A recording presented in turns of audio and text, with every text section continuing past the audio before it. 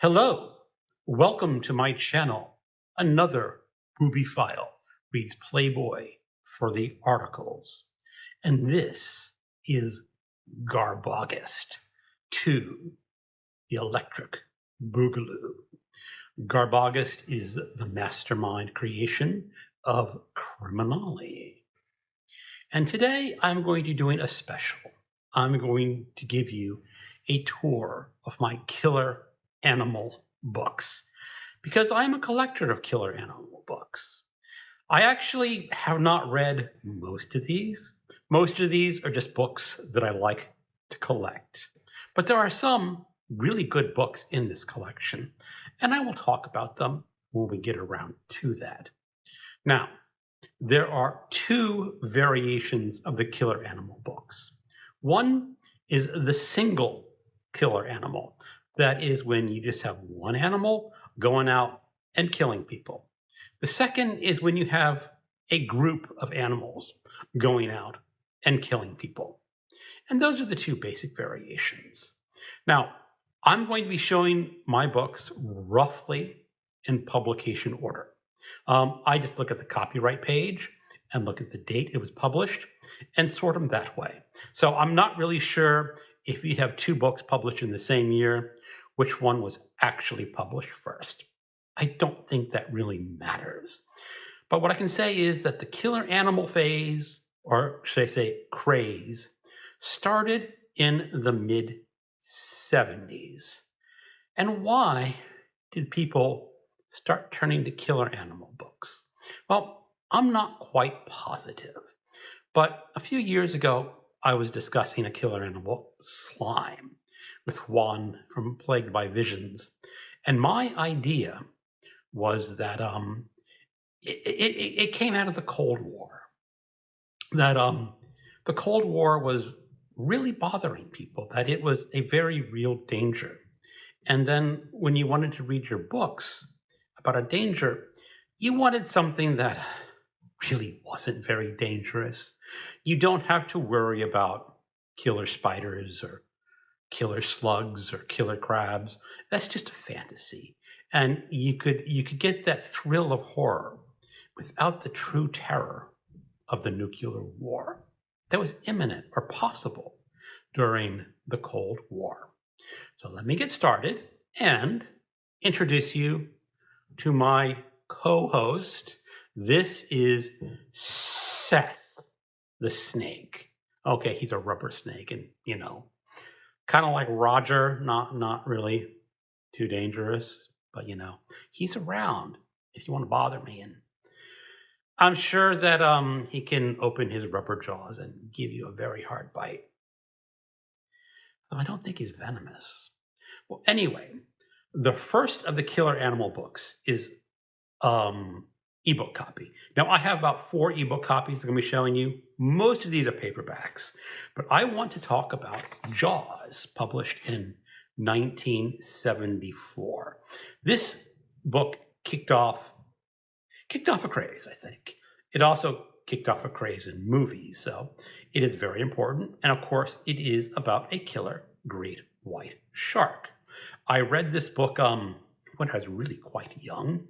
I have the digital copy, and I do want to reread it, maybe late this year or earlier next year, to see what my adult self thinks of a book that I read when I was a child. This book was published in 1974. This is The Swarm. This is what Arthur Herzog. This is about killer African bees. Do you remember the killer African bees when people were worried about the African bees coming up and getting people? Because apparently they mixed with the South American bees. Nothing ever came of that. Also published in 1974 is The Rats.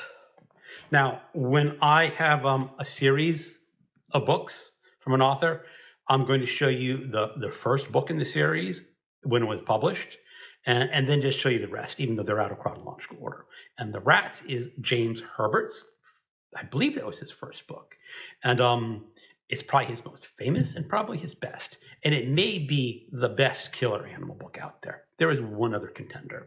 And this is about a horde of rats that go wild and start eating people in London. Lots of fun. The Lair, the sequel to The Rats. The rats that you thought were dead in the first book. Well, if you read the first book, you know there was a possibility of a sequel. And yes, he did write a sequel. And then he wrote a third sequel called Dominion. Now, if I am not mistaken, he does some, I think, I don't quite remember. Oh, yes. He does set this one after a nuclear holocaust. And there's still more killer rats around.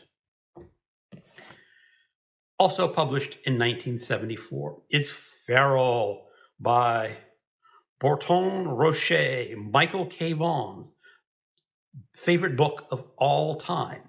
It is about killer kitty cats. Now, I read this book. I don't quite think it's the best book of all time. And to be fair, I'm just poking fun at Michael K. Vaughan. He thinks this is actually a very bad book. I think it's okay.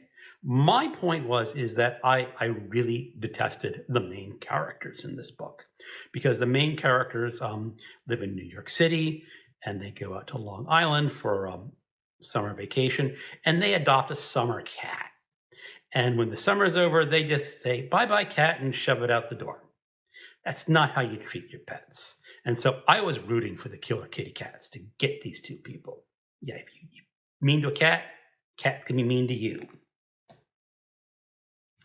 In 1976, we have at least one of the contenders for the greatest killer animal book of all time. And this was published in 1976. This is Night of the Crabs. This is by Guy N. Smith. Reportedly, he wrote this book in 2 weeks. It sort of reads like that. I think he was drunk as a lord while writing this and just having a real fun time. And it's about killer crabs coming out of the sea and eating people. Its sequel,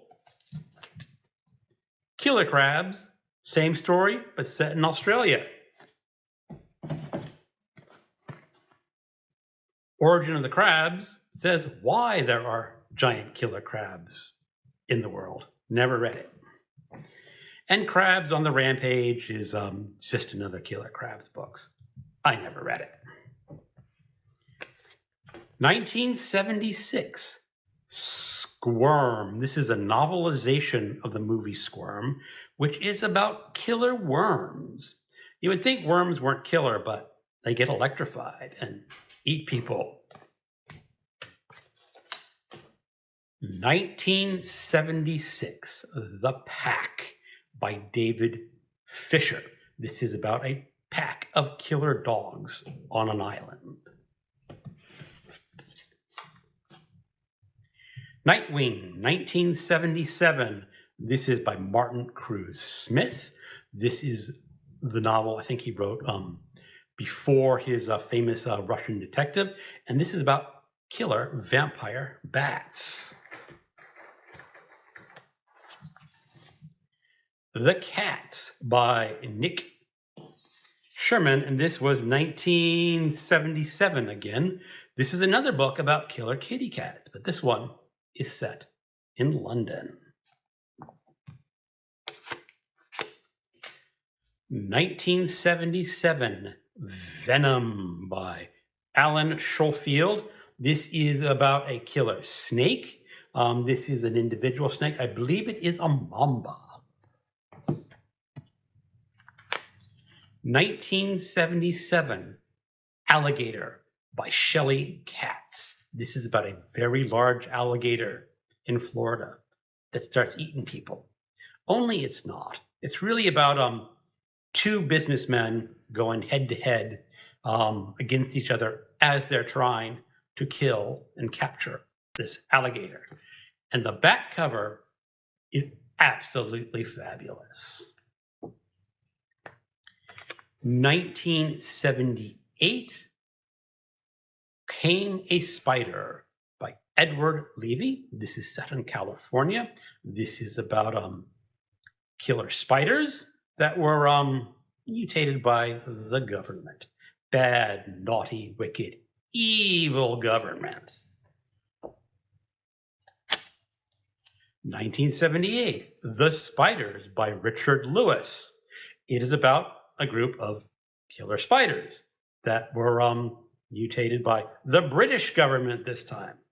Bad, naughty, evil, wicked British government. Rattlers by Joseph L. Gilmore. This is about a group of rattlesnakes. Have not read it. 1979 by Richard Lewis. Devil's Coach Horse. This is about a group of killer beetles. You know, it wasn't as good as the spiders, but it was okay. 1979, The Snake. A killer snake has been turned loose in New York City. This is by the author of Taking a Phantom or Felon 123, which is a famous crime novel. I have not read it. 1979, Venom by Russell O'Neill. This is about a king cobra that is on the loose. And is it on the loose? Where is it? I don't know where he's on the loose. It could be London. It could be New York. It doesn't really matter. 1979, The Ants by Peter Tremaine. This is about a group of killer ants. I have not read it. Okay, now we're getting into the 80s, and we come across one of my digital copies. That is The Nest by Gregory A. Douglas. This is about a small island off the coast of New England, somewhere around there, where there are mutant cockroaches that go around eating people. A fellow booktuber read this recently, and she mentioned that she was a little put off because there was a lot of scientific detail, because the author was trying to convince people that these killer cockroaches could actually exist. They can't. But I actually like that book. That is one of my favorite killer animal books. Not top tier, but still very good. 1980, Scorpion by Michael R. Lanker. I have not read this, but this is about a group of scorpions. They're not giant scorpions, but apparently they are large scorpions. I think about the size of a dog. You know, I think that'd be menacing enough. 1980, Fangs. Kind of got a naked lady on the cover. This is, again, about a king cobra, or maybe, again, it's a mamba. On the loose in New York City apartment. A fancy apartment where the king cobra keeps getting its residence.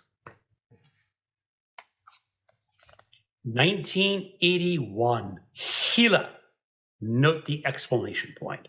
This is set in the American Southwest, and it is about giant Gila monsters coming to eat people. It's pretty good. I enjoyed it. Not as good as The Nest, but still good enough. Now, Les Simmons is a pseudonym. This was actually written by a woman, and I guess they thought that women couldn't write books about killer animals. But yes, women can write books about killer animals.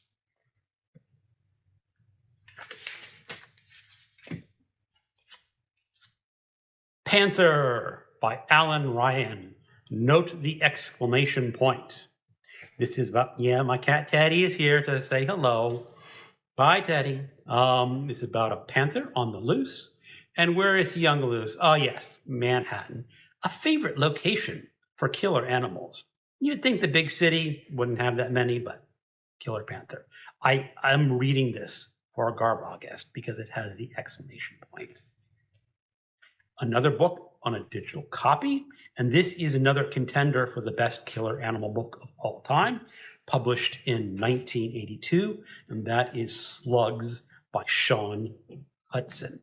This is about killer slugs. Now, in real life, slugs don't eat meat, but in this book, slugs do eat meat, and they like their meat living. And it is just a delightfully strange and violent book. 1983, Killer Flies by Mark Kendall. This is a book about killer flies. I read it. I think I read this for last GarbAugust, and it's just okay. 1983, Night Killers by Richard Lewis. This is about killer beetles. I guess they're just slightly different from the coach horse beetles, or they may be cockroaches, or something like that. I have not read this one. 1984, Slime by John Halcombe. This is about killer jellyfish. Again, just very mediocre. But I kind of like the cover. That jellyfish just has that very menacing look to him. 1986, Tiger by Nigel Slater. This is about a Siberian tiger that goes on the rampage. I have not read it. 1989, Webs by Scott Baker. I have not read it, but it is again about killer spiders. 1992, Hunger by William R. Dance. This is about a group of killer sharks. It was turned into a movie about Blue Death or Blue World, but didn't get credited. So I don't know. I have not read this book or watched the movie, but groups of killer sharks sounds pretty good.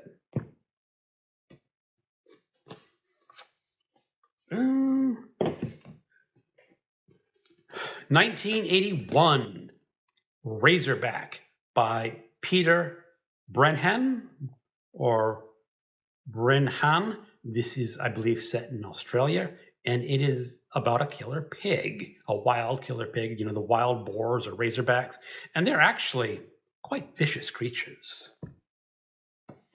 Oh, I think I got my books a little out of order. 1990, Blood Flies by Jean Lanza. A new breed of horror. I don't know what these are. Some sort of fly that goes out killing people. 1989, Vespers by Jeff Rovin. This is another book about killer vampire bats. I think I read this one. Doesn't stick out in my mind too much, so maybe worth another look sometime down the road. 2000, Fatalis by Jeff Rovin. This is about a saber-toothed tiger. Now, maybe there's more than one saber-toothed tiger, but somehow, some way, the saber-toothed tigers have survived, and they're now killing people.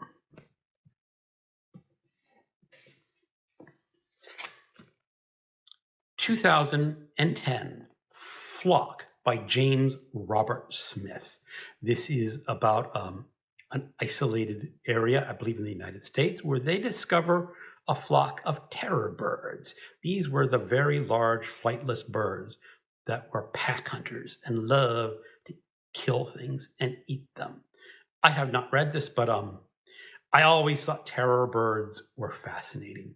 I remember as a child, I had one of those old pop-in models of terror birds that you could buy with the pop-in models of dinosaurs. Those were lots of fun. So one day I really want to get to my terror birds. And last is another digital book. This is Peed by James L. Longmore, published in 2006. This is about giant centipedes in Florida. There is an old Florida mansion or hotel that's been overrun by giant centipedes. and a college professor is taking her students there. And of course, the college professor is young and sexy and beautiful, and she has sex with her students. Okay, it's a horror novel about killer centipedes. And what better than a college professor having sex with her young students? And one of them wanders off and gets eaten by a giant centipede. Well, that is my collection of killer animal books. I hope you enjoyed them. There are many other killer animal books that I don't have, and that someday, if I'm lucky, I will collect. The paperback versions of these are often hard to come by, and when you find them for sale, they're grossly overpriced. So that's why some of these are in digital format as they are being reprinted that way, and the only way I can get them, unless I want to shell out a ton of cash. Well, anyway, thank you for watching and keep on reading. Say goodbye, Seth.